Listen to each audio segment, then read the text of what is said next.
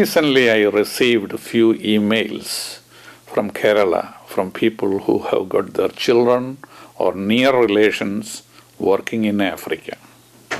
All of them are worried about the outbreak of Ebola virus epidemic in Africa and the dangers it posed to their dear ones in Africa.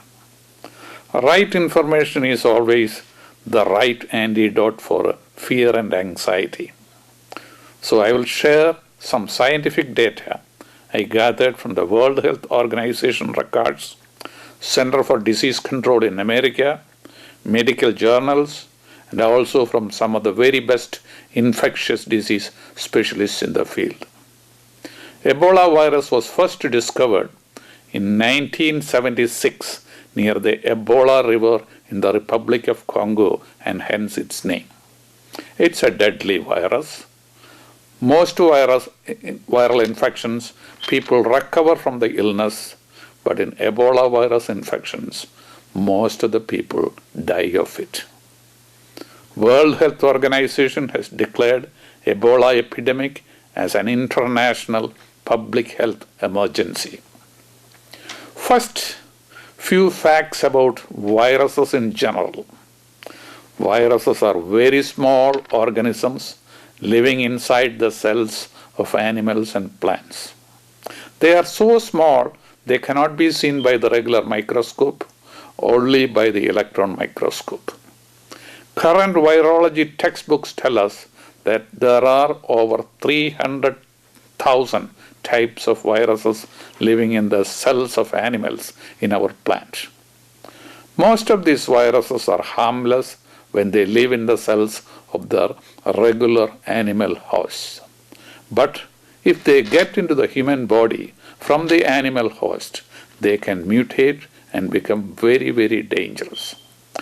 The pandemic Spanish flu during the First World War in 1918 that infected 40% of the world population then and killed over 80 million people is an example of this. Swine flu, bird flu, and many, many other epidemics of the past. Man got the virus from animals like pigs, cattle, birds, monkeys, etc. Another example is in 1959, it was found out that AIDS virus got into man from monkeys in the sub-Saharan regions of Africa. Since the first discovery of AIDS virus in man, in the last 60 years, 70 million people got infected with AIDS virus, out of which 30 million people died. The Ebola virus also, in most probably, came to man from the monkeys near the African rainforests. In many parts of Africa, people hunt monkeys and eat monkey meat. The virus may have got from the blood of these monkeys to man through an accidental cut or a wound sustained during hunting or while preparing the monkey meat for cooking. The fruit bats in Africa are also considered to be an intermediary reservoir in the transmission of Ebola virus. Once man becomes infected with this virus, he can transmit the virus through his body fluids like saliva, sweat, tears, feces, urine, blood, or semen. According to the Center for Disease Control in America, the incubation period for Ebola virus fever is 2 to 21 days. If one does not develop Ebola virus disease within 21 days after exposure to the virus, he is very unlikely to get the disease. There is no medical cure for this disease at present. Only supportive care can be given to the patient, hoping that their body will somehow fight the disease and come out of it. Supportive care like giving fluids to correct dehydration, keeping the blood chemistry as normal as possible, and treating bacterial infections with antibiotic if and when it happens. And if these measures, intensive care measures, are started as soon as the fever starts, many more lives can be saved. The first two Americans, Dr. Ken Bandley and evangelist Nancy, who acquired Ebola infection in Africa and returned to America, were treated in the Emory University Hospital by one of our own second-generation Malayali physicians in America, Dr. J. Basil Working. Both patients recovered. There is no vaccine available to prevent the disease now. So the big question is, will Ebola virus disease reach Kerala as it has already reached New Delhi? According to according to the Government of India records, there are about 45,000 Indian nationals living near the Ebola-affected areas in Africa. There is always a chance that someone with Ebola fever will one day land in Kerala also. So Kerala should take all precautions to prevent a disaster before it happens.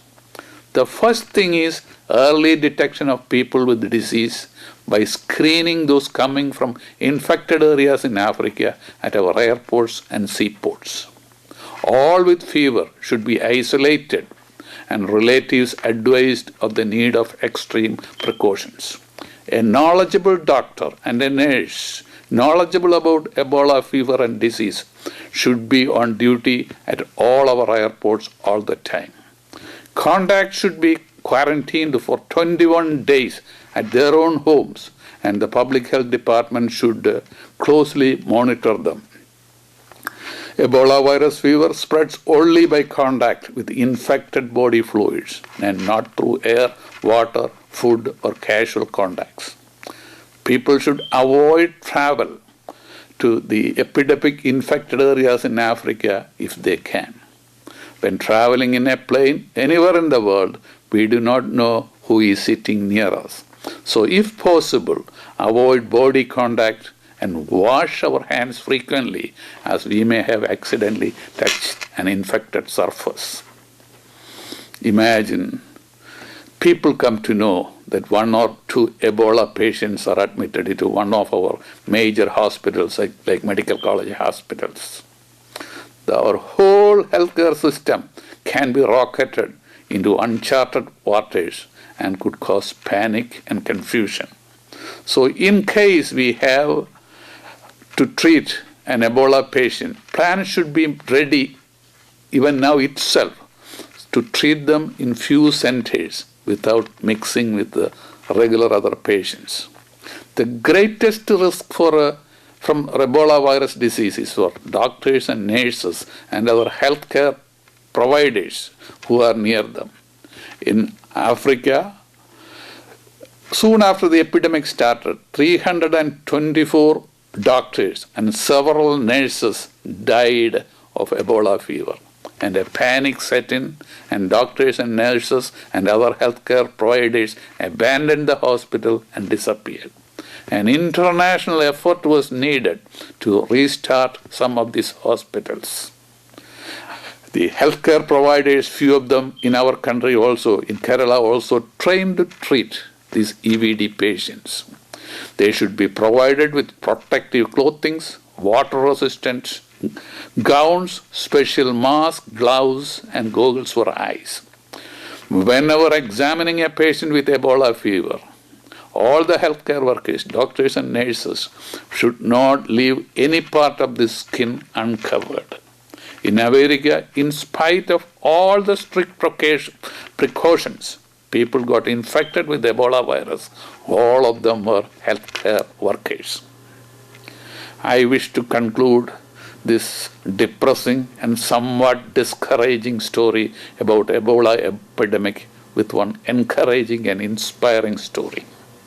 I have a good friend, Dr. James Sebastian Pullankulam, a gynecologist in Chicago.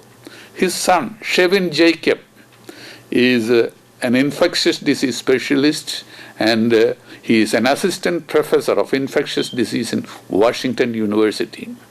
He is a recognized authority on AIDS and Ebola diseases and a consultant to World Health Organizations and American Center for Disease Control.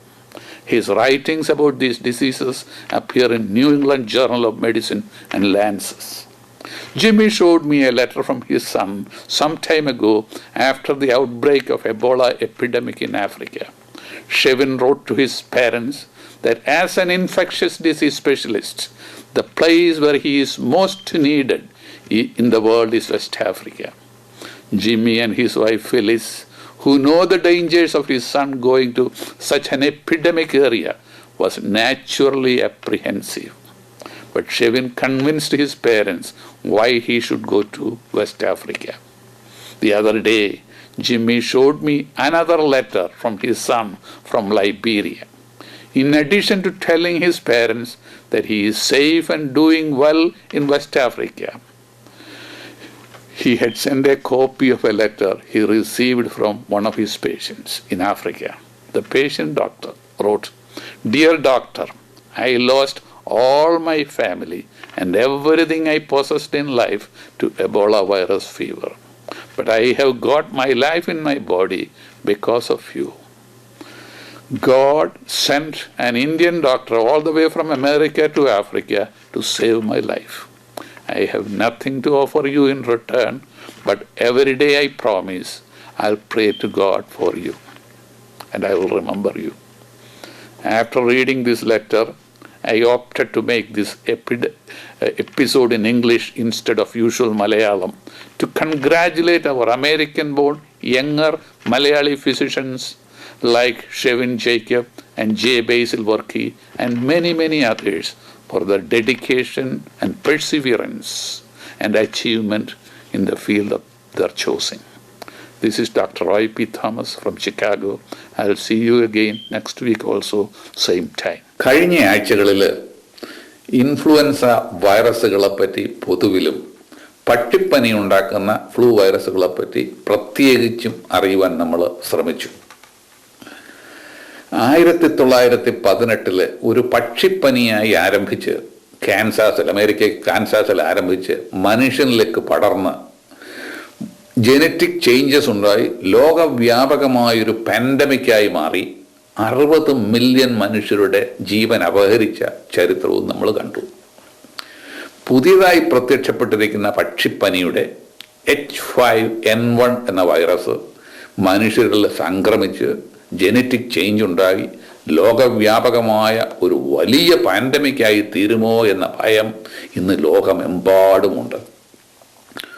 ഒരു flu epidemic അഥവാ pandemic ഉണ്ടാകാതിരിക്കാൻ നമുക്ക് എന്തെല്ലാം ചെയ്യുവാൻ സാധിക്കും?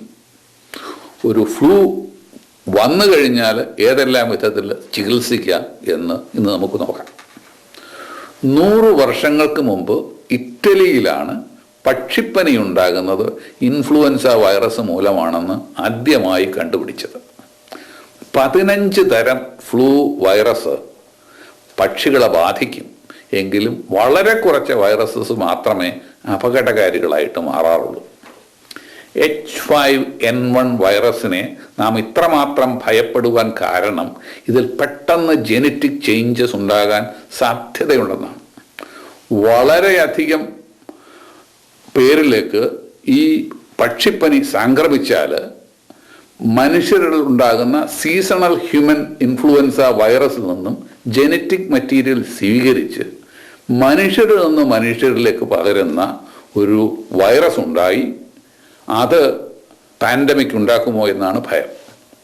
എന്നാൽ ഇതുവരെ അത്തരം ഒരു ജനറ്റിക് ചേഞ്ച് H5N1 വൈറസിന് ഉണ്ടായിട്ടില്ല.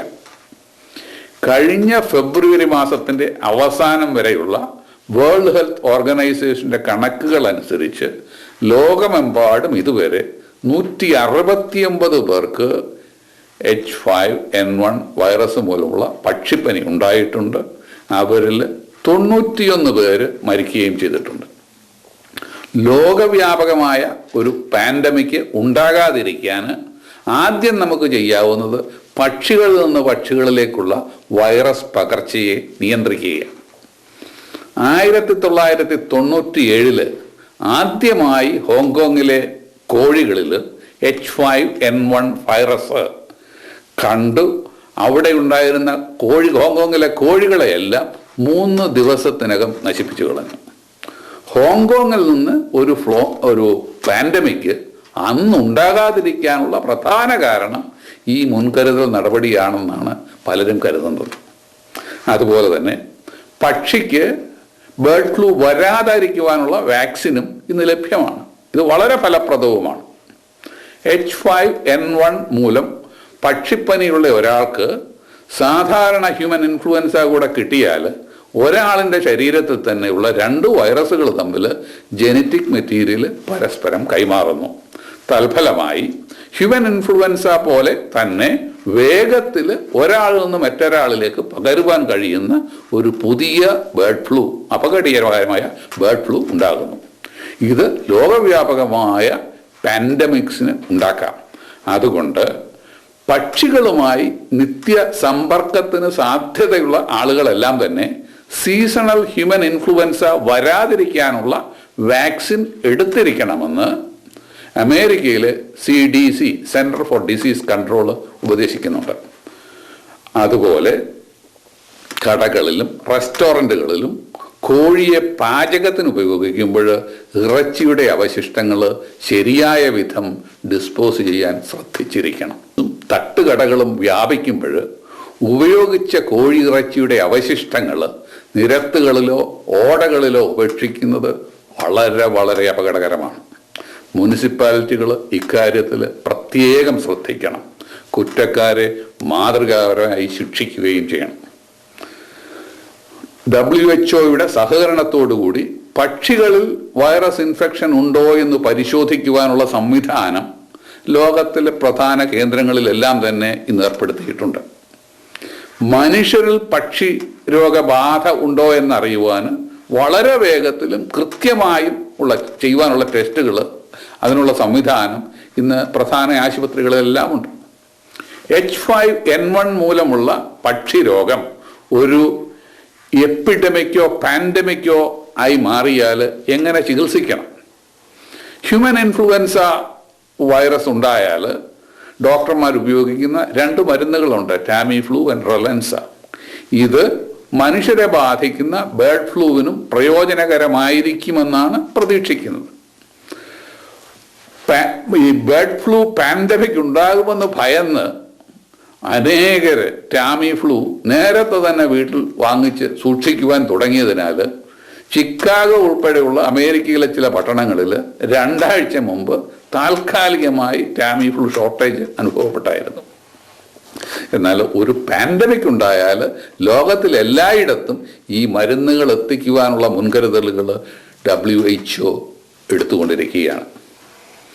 പിന്നെ എല്ലാ ഫ്ലൂവും പോലെ തന്നെ ബേർഡ് ഫ്ലൂവും പകരാതിരിക്കാൻ സാമാന്യ ബുദ്ധിക്ക് ചേർന്ന, കോമൺ സെൻസിന് ചേർന്ന ചില മുൻകരുതലുകൾ എല്ലാവർക്കും എടുക്കാം. ഡ്രോപ്ലെറ്റ് ഇൻഫെക്ഷൻ മൂലമാണ് മനുഷ്യരിൽ നിന്ന് മനുഷ്യരിലേക്ക് ഫ്ലൂ പകരുന്നത്. നമ്മൾ ചുമച്ചാൽ നമ്മുടെ ഡ്രോപ്ലെറ്റ് 3 അടി ദൂരം വരെ തെറിച്ചു വീഴും. അതുകൊണ്ട് ഫ്ലൂ ഉള്ള ഒരാളിൽ നിന്ന് അത്രയും ദൂരമെങ്കിലും മാറി നിൽക്കുക. ഫ്ലൂ ഉണ്ടായിരുന്ന അവസരത്തിൽ നമ്മുടെ കൈ ഫ്ലൂ വൈറസ് ഉള്ള സർഫസുകളിൽ സ്പർശിച്ചാൽ അവിടെ നിന്ന് ഫ്ലൂ നമുക്ക് കിട്ടാൻ സാധ്യതയുണ്ട്. അതുകൊണ്ട് കഴിയുന്നതും സമയങ്ങളിൽ കൈ കഴുകുവാൻ ശ്രദ്ധിക്കുക. ചുമയ്ക്കുമ്പോൾ വിരൽ കൊണ്ട് നമ്മുടെ മുഖം മറയ്ക്കുകയാണെങ്കിൽ കൈകളിൽ വൈറസ് ഉണ്ടാകുകയും അങ്ങനെ വൈറസ് പകരാൻ നമ്മൾ സഹായിക്കുകയും ചെയ്യുന്നുണ്ട്. അതുകൊണ്ട് ചുമ വരുന്ന അവസരത്തിൽ കൈകൊണ്ട് മറയ്ക്കുന്നതിന് പകരം കൈമുട്ടുകൊണ്ട് മറയ്ക്കുന്നതായിരിക്കും കൂടുതൽ നല്ലത്. ഫ്ലൂ എപ്പിഡമിക് ഉണ്ടാകുന്ന അവസരത്തിൽ വലിയ മീറ്റിങ്ങുകളിലും ജാഥകളിലും പങ്കെടുക്കാതിരിക്കുക. ഇത് കേരളീയർക്ക് എത്രമാത്രം സാധ്യമാകുമെന്ന് എനിക്കറിഞ്ഞുകൂടാ. 1918 പാൻഡമിക് അത്ര വലുതാകാനുള്ള കാരണങ്ങളിലൊന്ന് ആംസ്റ്റീസ് ഡേ സെലിബ്രേഷൻസ് ആയിരുന്നു എന്നാണ് പറയുന്നത്. 1-ാം ലോകമഹായുദ്ധത്തിലെ വിജയം ആഘോഷിക്കാൻ സഖ്യകക്ഷികൾ ലോകമെമ്പാടുമുള്ള വൻ നഗരങ്ങളിലെല്ലാം വൻ പ്രകടനങ്ങളും ആൾക്കൂട്ടങ്ങളുമാണ് നടത്തിയത്. ഇവിടെ വന്നവരെല്ലാം ഫ്ലൂവുമായിട്ടാണ് പലപ്പോഴും തിരികെ പോയിരിക്കുക. ഓർത്തിരിക്കുക, in modern world all infectious disease travel at jet speed. ഇന്നത്തെ ലോകത്തിൽ നാം മാത്രമല്ല, പകർച്ചവ്യാധികളും ജെറ്റ് സ്പീഡിലാണ് യാത്ര ചെയ്യുന്നത്. പിന്നെ നാം എന്തെല്ലാം ചെയ്താലും ഈ ലോകത്ത് നിന്ന് ബേർഡ് ഫ്ലൂ പരിപൂർണമായി നിർമ്മാർജ്ജനം ചെയ്യാൻ സാധിക്കില്ല. ഈ ഭൂമി ഉള്ളിടത്തോളം കാലം പക്ഷികളുണ്ടായിരിക്കും, പക്ഷികൾ ഉള്ളിടത്തോളം കാലം പക്ഷിപ്പനിയും ഉണ്ടായിരിക്കും. പക്ഷിപ്പനിയെ ഭയപ്പെട്ട് നമുക്ക് ചന്ദ്രനിലേക്കൊന്നും നമ്മുടെ താമസം മാറ്റാൻ സാധ്യമല്ലല്ലോ. അതുകൊണ്ട് സാധ്യമായ എല്ലാ മുൻകരുതലുകളും എടുക്കുക. നിങ്ങൾക്ക് നന്ദി. ഇത് ചിക്കാഗോയിൽ നിന്ന് ഡോക്ടർ റോയ് പി തോമസ്. വരുന്ന ആഴ്ചയും ഇതേ സമയം വീണ്ടും കാണാം.